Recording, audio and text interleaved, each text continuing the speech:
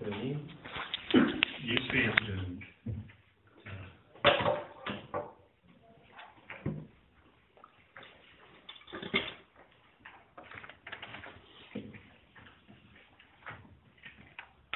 이 이름을 우리가 붙잡을 때 어떻게 보면은 우리도 다 이름이 있잖아요. 제 이름은 이영준입니다. 이 전체를 다 붙잡아야지 의미가 완성이 되죠. 근데 이 세 단어가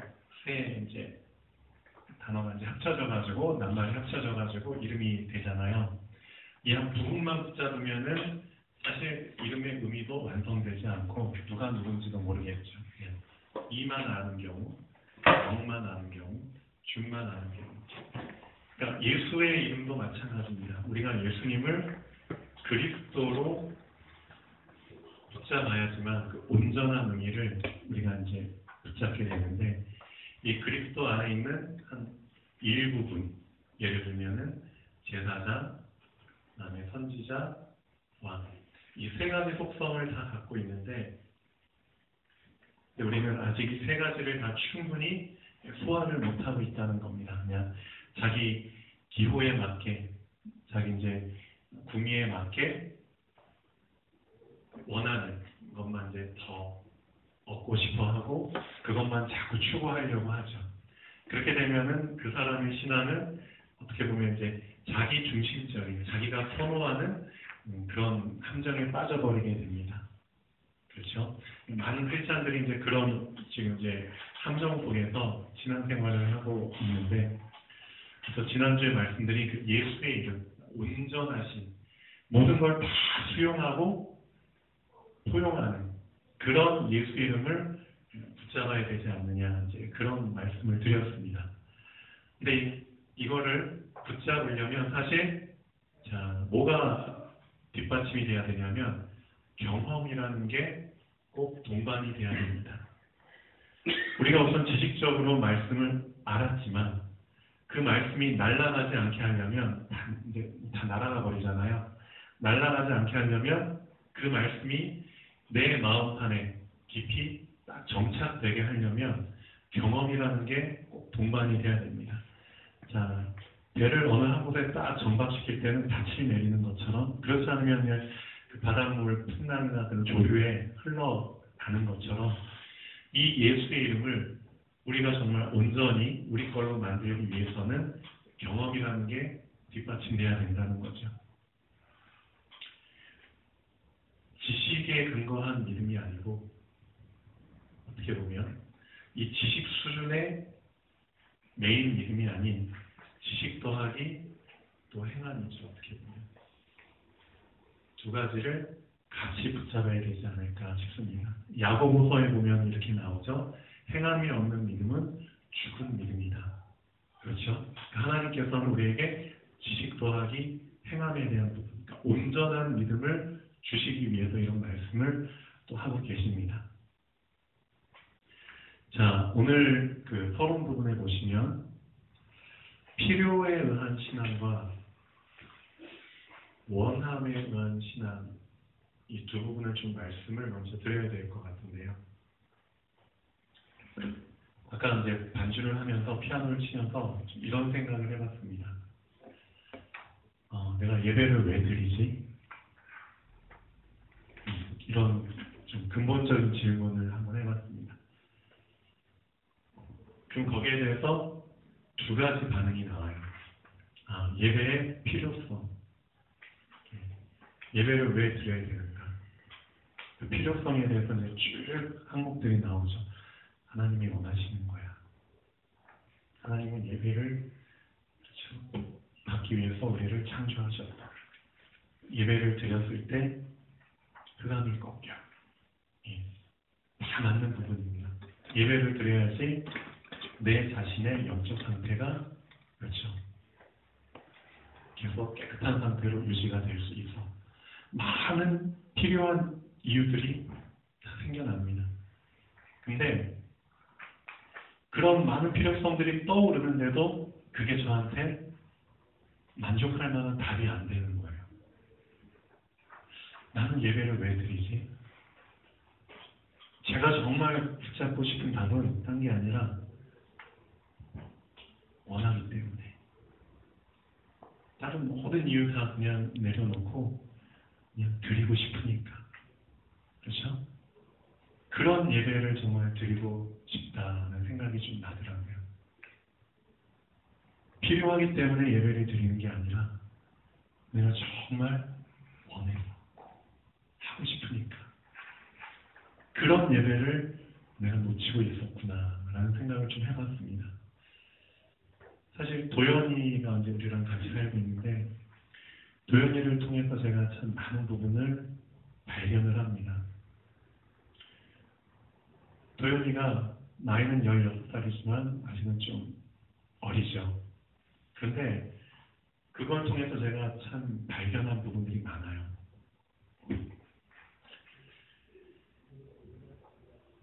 도연이가 많은 기초적인 부분들, 기본적인 부분들을 규모, 그런 부분이 많이 부족하죠. 그러니까 빨리 채워야 되잖아요. 이런 부분을 빨리, 그렇죠. 따라잡아야 되는데 이런 것들은 다 도연이에게 필요한 것들입니다. 맞죠? 필요하기 때문에 우리 선생님들이 또 저나 주엄마, 우리 김상민 집사님이 필요하기 때문에 도연이한테 이제 자꾸 얘기를 하고 끌어주려고 하죠. 필요한 겁니다. 도연이는 이런 것들보다 뭘 하고 싶냐면 내가 하고 싶은 걸 하고 싶어요. 그렇죠? 난 내가 하고 싶은 거 할래. 내가 원하는 거 하고 싶어. 그 말을 들으면서 참 많은 생각을 해봤습니다. 그래, 어리기 때문에 이렇게 말할 수 있다. 그렇지만 이게 무조건 틀렸다고 얘기를 해야 되나? 그게 아니라는 거죠. 어린아이 수준에서는, 어린아이 시간표에서는 정말 내가 하고 싶은 거를 하잖아요. 내가 하고 싶은 걸 못하면은 엄청 땡깡 부리고 떼를 쓰고 그러죠. 꼭 내가 원하는 걸 얻을 때까지. 주어도 그랬죠. 우리 아이도. 그런데 점점 성장하면서 이 사회 속에서 부대끼면서 사회 시스템 속에서 살 때 이제는 내가 원하는 것보다는 필요하기 때문에 해야 되는 것들이 이제 막 주변에 많이 생기죠. 그렇죠? 그러니까 어느샌가 내가 어른이 돼서 봤을 때 내가 원하는 것보다는 필요하기 때문에 하는 것들이 참 많아요. 그런 삶을 내가 살고 있어요. 둘 다 틀렸다는 게 아닙니다. 제가 말씀드리고 싶은 거는 우리의 신앙으로 봤을 때는 많은 사람들이 이런 사회 시스템 속에 살다가 신앙을 접하게 되니까 신앙이라는 것도 믿음이라는 것도 필요에 의한 신앙으로 생각을 하고 있어요. 필요에 의한 믿음. 그렇게 신앙생활하는 사람이 많아요. 내가 신앙을 그렇죠 접해야지, 믿어야지 구원을 받고 구원의 필요성이죠, 어떻게 보면. 그리고 신앙을 내가 붙잡아야지 이 세상 살아갈 때 하나님이 함께 하셔서 나를 도와주시고 형통하게 되고 문제가 해결되고, 어떻게 보면 다 필요성이죠. 그런데 그런 수준을 뛰어넘어서 정말 내가 원해서 믿는 순수하게 어린아이처럼 그런 순진한 신앙, 이걸 붙잡으면 참 좋겠다, 그런 생각을 해봅니다. 그래서 필요에 의한 신앙도 중요합니다. 이 세상 살아갈 때 필요하니까. 근데 진짜 원함에 의한 신앙이 같이 깔려 있어야지만 좋지 않을까 싶습니다. 이 두 부분을 성경에서는 어떻게 표현하고 있냐면은 예수님이 마태복음 10장 16절에 이렇게 말씀하십니다. 이거는 제가 볼 때 이 세상 살아갈 때 정말 시금석적인, 정말 핵심적인 구절입니다. 마태복음 10장 16절. 이 말씀은 아무리 깊이 생각해도 부족함이 없습니다. 한번 읽어보겠습니다. 보라, 내가 너희를 보내니 양을 이리 가운데로 보낸 것 같도다. 그러므로 너희는 뱀같이 지혜롭고 비둘기같이 순결하라.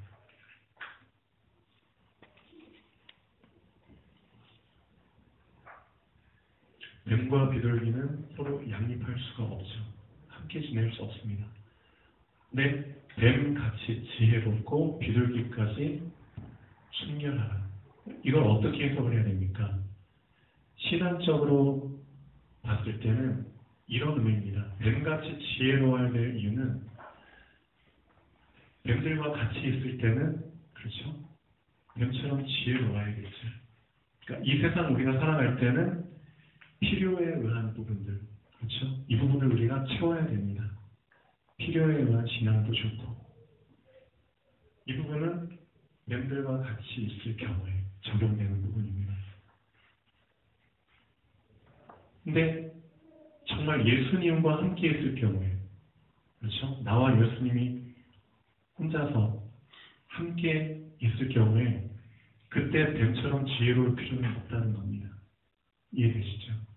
예수님과 단둘이 함께 있는데 그때 뱀같이 지혜로울, 뱀처럼 지혜로울 필요가 없다는 거죠. 그때는 뭘 붙잡으면 되냐? 비둘기처럼 순결하면 됩니다.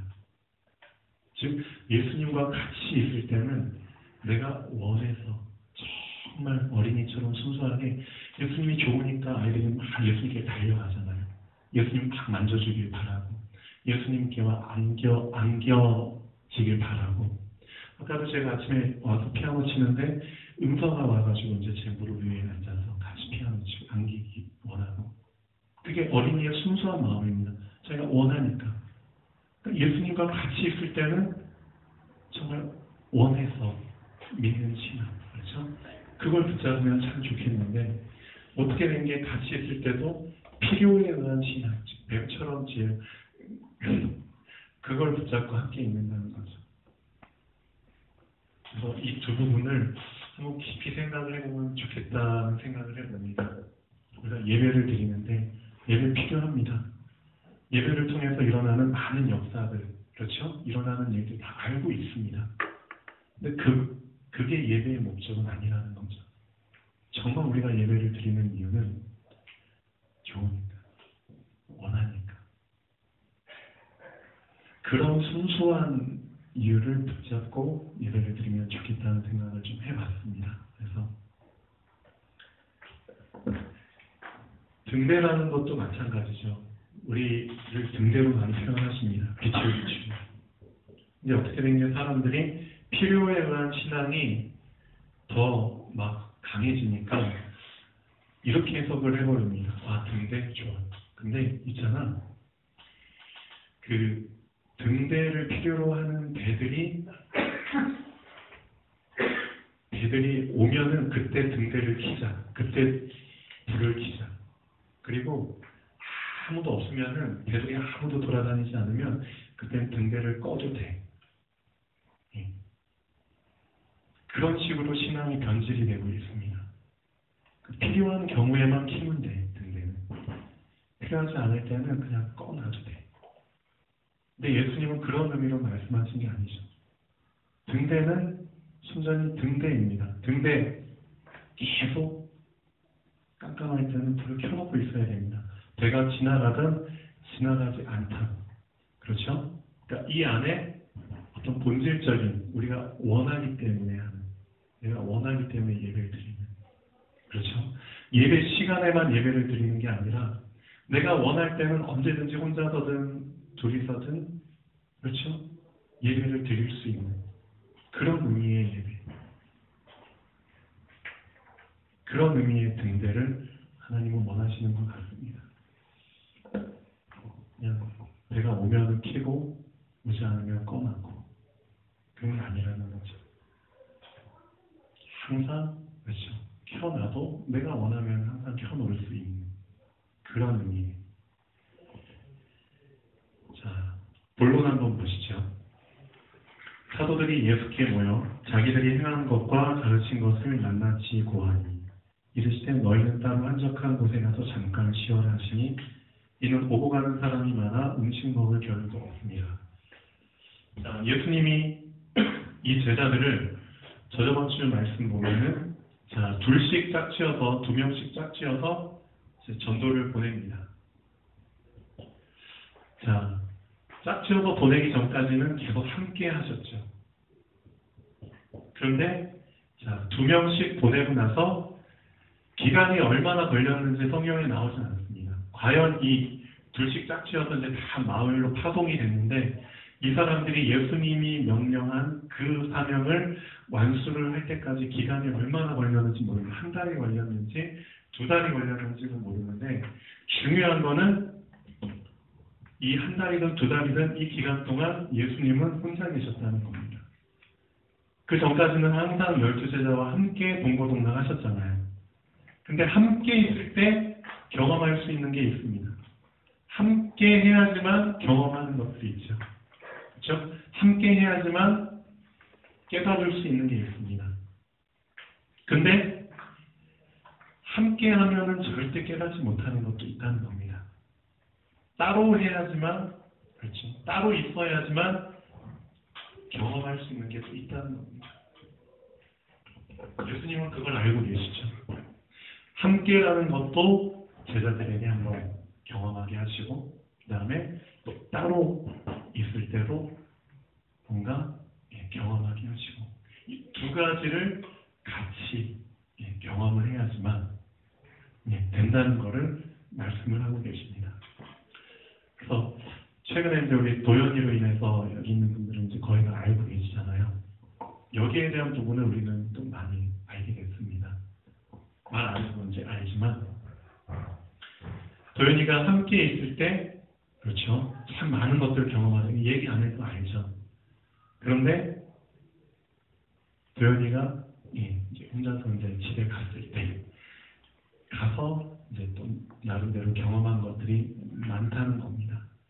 그게 도연이한테는 참 많은 깨달음을 줄 수가 있죠.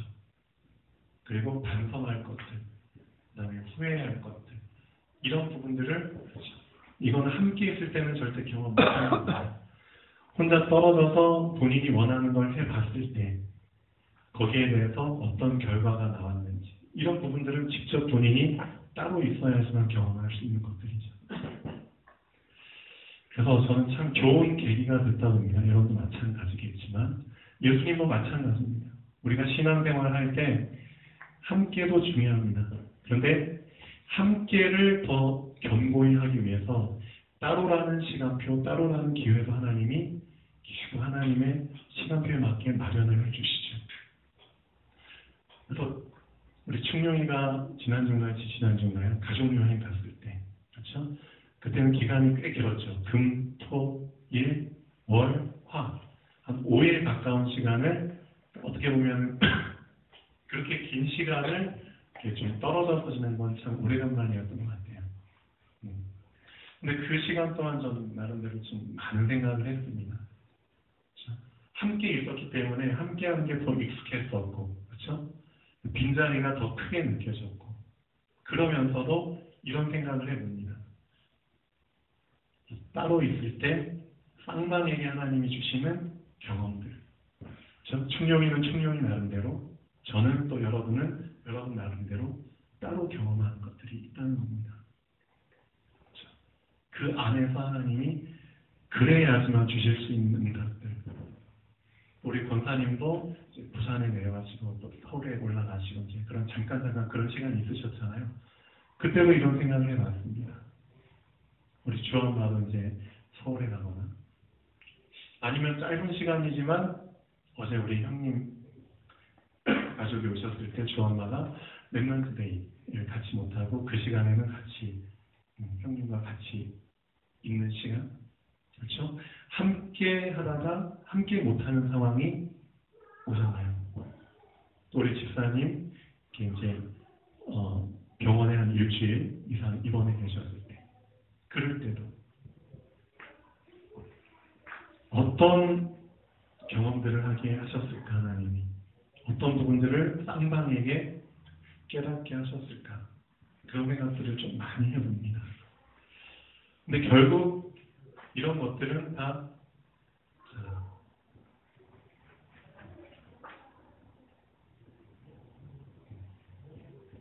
넓은 의미로 봤을 때는 연합이라는 거를 완성시키기 위해서 하나님이 버리시는 일이 아닌가 그런 생각을 해봅니다. 연합. 그렇죠. 하나님이 원하시는 것은 결국 세계 복음화이기 때문에 많은 사람들에게 복음이 전달돼야 되고 또 복음이 전달되려면 여러분 같은 사람들이 즉 이 두 가지를 다 붙잡은 사람들, 뱀처럼 지혜롭고 비둘기처럼 순결한 이 두 가지를 다 붙잡은 여러분들이 그렇죠. 그 사람들 만나야 되니까 그들이 있는 곳에 가야 되니까 어떻게 보면은 저는 이제 따로 있게 되는 경우를 저는 파송의 개념으로 생각을 하고 있습니다. 파송, 권사님을 파송, 충령이를 파송, 가족 여행이지만 어떻게 보면 파송의 의미죠. 주와 엄마도 형님들이 오셔서 같이 이제 좀 함께하고 같이 이제 좀 시중 들고 그런 거지만 사실은 파송이죠. 그런 개념. 우리 집사님도 병원에 입원하셨을 때 또 같은 병실에 많은 사람들을 만나셨잖아요. 그것도 어떻게 보면 파송의 개념이죠. 넓게 생각하면은 여러분들을 통해서 더 많은 사람들이 연합할 수 있게끔 천국의 가족들이 될 수 있게끔 하나님이 버리시는 일이 아닌가 싶습니다. 그래서 앞으로도 이제 또 함께 하면서 따로 있게 될 그런 상황들 하나님이 또 종종 마련을 해주시겠죠.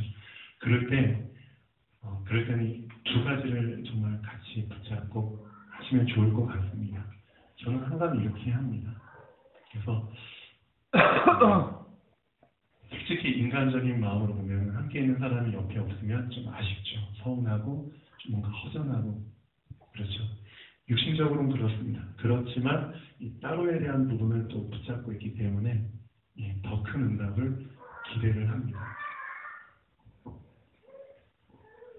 자, 그래서 오늘 본문 말씀에서도 이런 부분을 좀 발견할 수 있을 것 같습니다. 예수님께서도 이 제자들이 없는 한 달, 두 달 기간 동안 혼자서 본인이 하셨던 사역을 다 감당을 하신 거잖아요.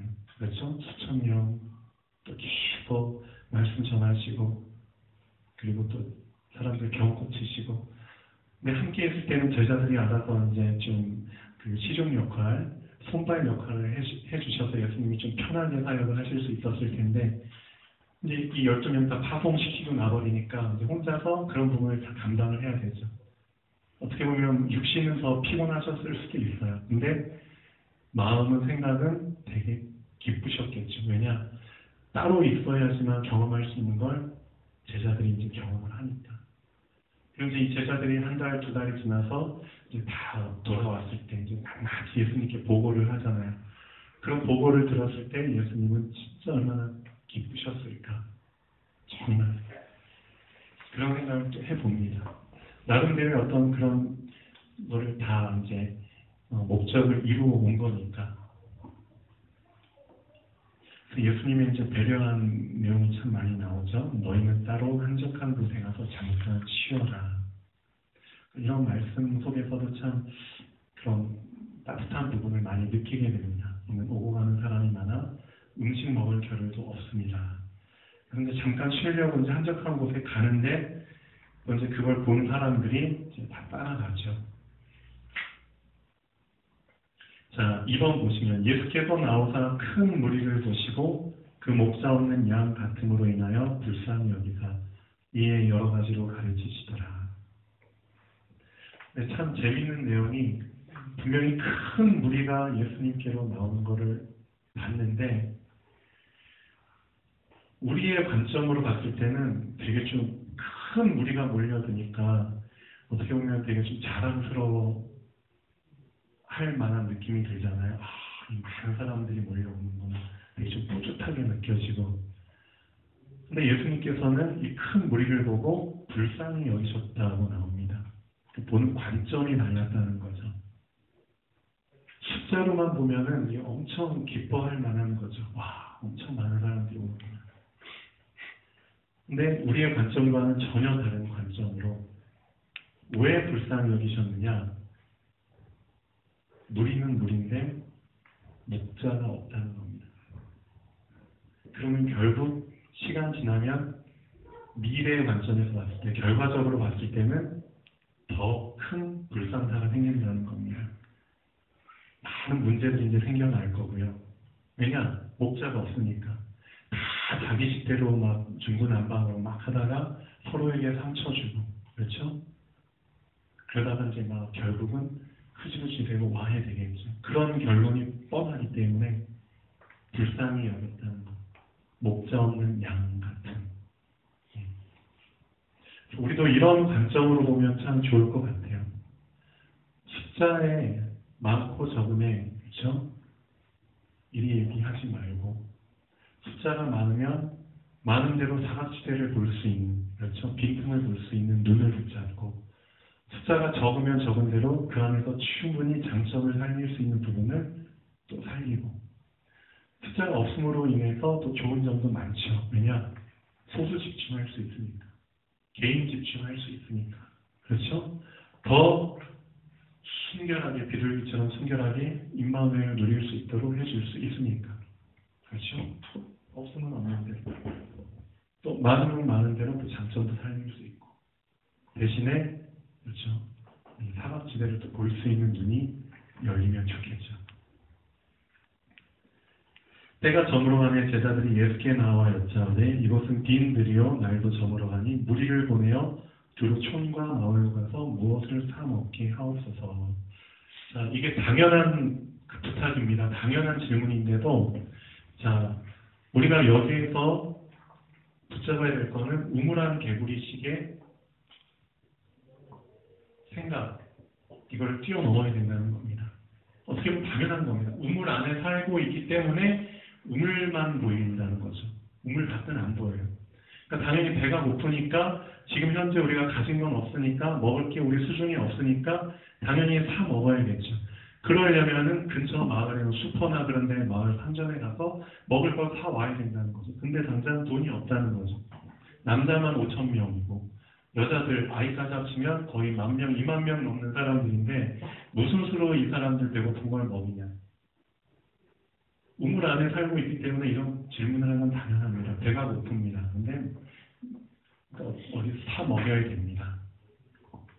예수님이 이렇게 말씀하시죠. 대답하여 이르시되 너희가 먹을 것을 주라 하시니 여짜오되 우리가 가서 200데나리온의 떡을 사다 먹이리까 이르시되 너희에게 떡 몇 개나 있는지 가서 보라 하시니 알아보고 이르되 떡 5개와 물고기 2마리가 있더이다 하거늘.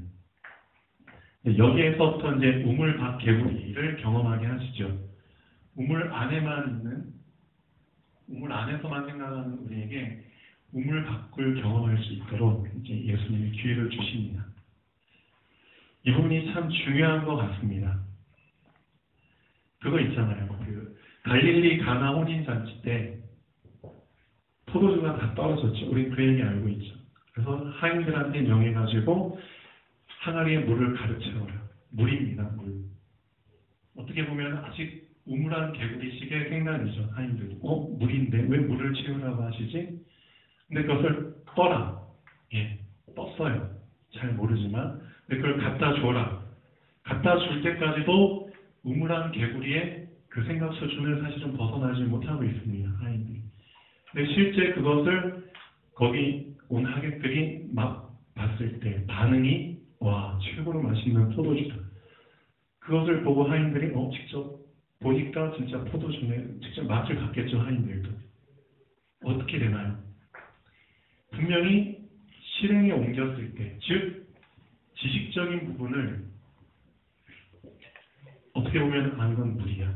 이 지식 수준의 한계에 갇히지 않고 실제 발을 담갔을 때, 즉 실제 경험을 했을 때, 경험을 통해서 우리에게 하나님이 주시는 응답은 우물 안 개구리에서 우물 밖 개구리를 경험하게 하신다는 겁니다. 사실상 오병이어라는 게 어떻게 보면 그냥 그 수준에만 갖고 있었으면 오병이어는 오병이어로 끝나는 겁니다. 맞죠? 떡 5개와 물고기 2마리 그 이상의 의미가 아닌데 이것을 떼서 나눠줘라.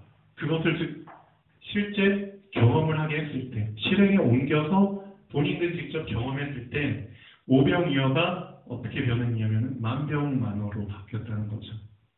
10,000명 이상의 사람들이 배불리 먹었다는 거는 최소 한 명이 떡 1개 이상은 먹었다는 거잖아요. 물고기도 반마리든 1마리든. 그렇죠? 그럼 오병이어가 만병만어, 더 많은 바뀔 수 있었다는 겁니다. 예.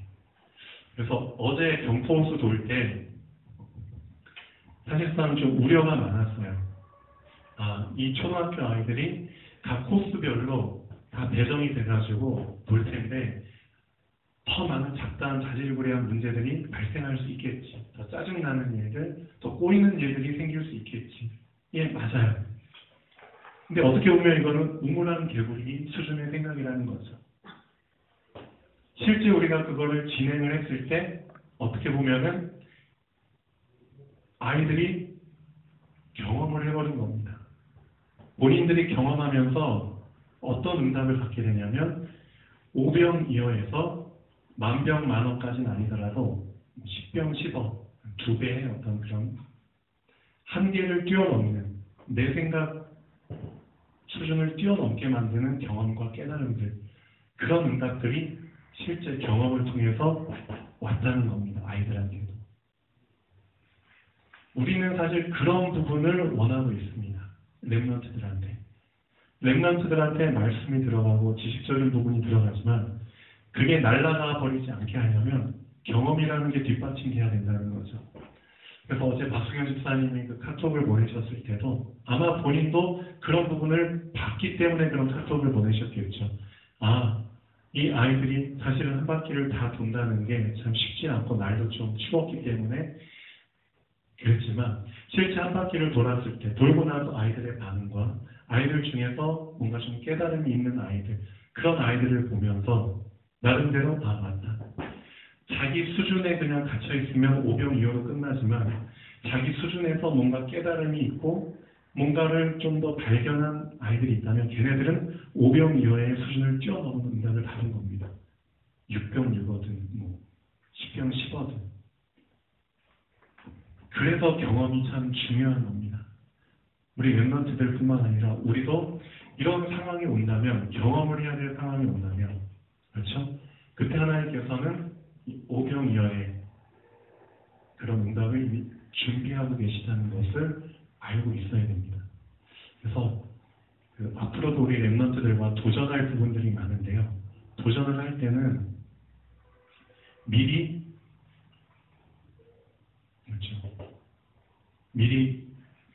그냥 속단해가지고 판단해서 아예 단정 지어버리지 말고 경험을 했을 때만 주어지는 우리가 아직 알지 못하는, 그렇죠? 숨겨진 응답들을 더 기대하는 게 맞다고 저는 봅니다. 예. 자, 보시죠. 그래서 제자들에게 명하사 그 모든 사람으로 때를 지어 푸른 잔디 위에 앉게 하시니 때로 100명씩 또는 50명씩 앉은지라.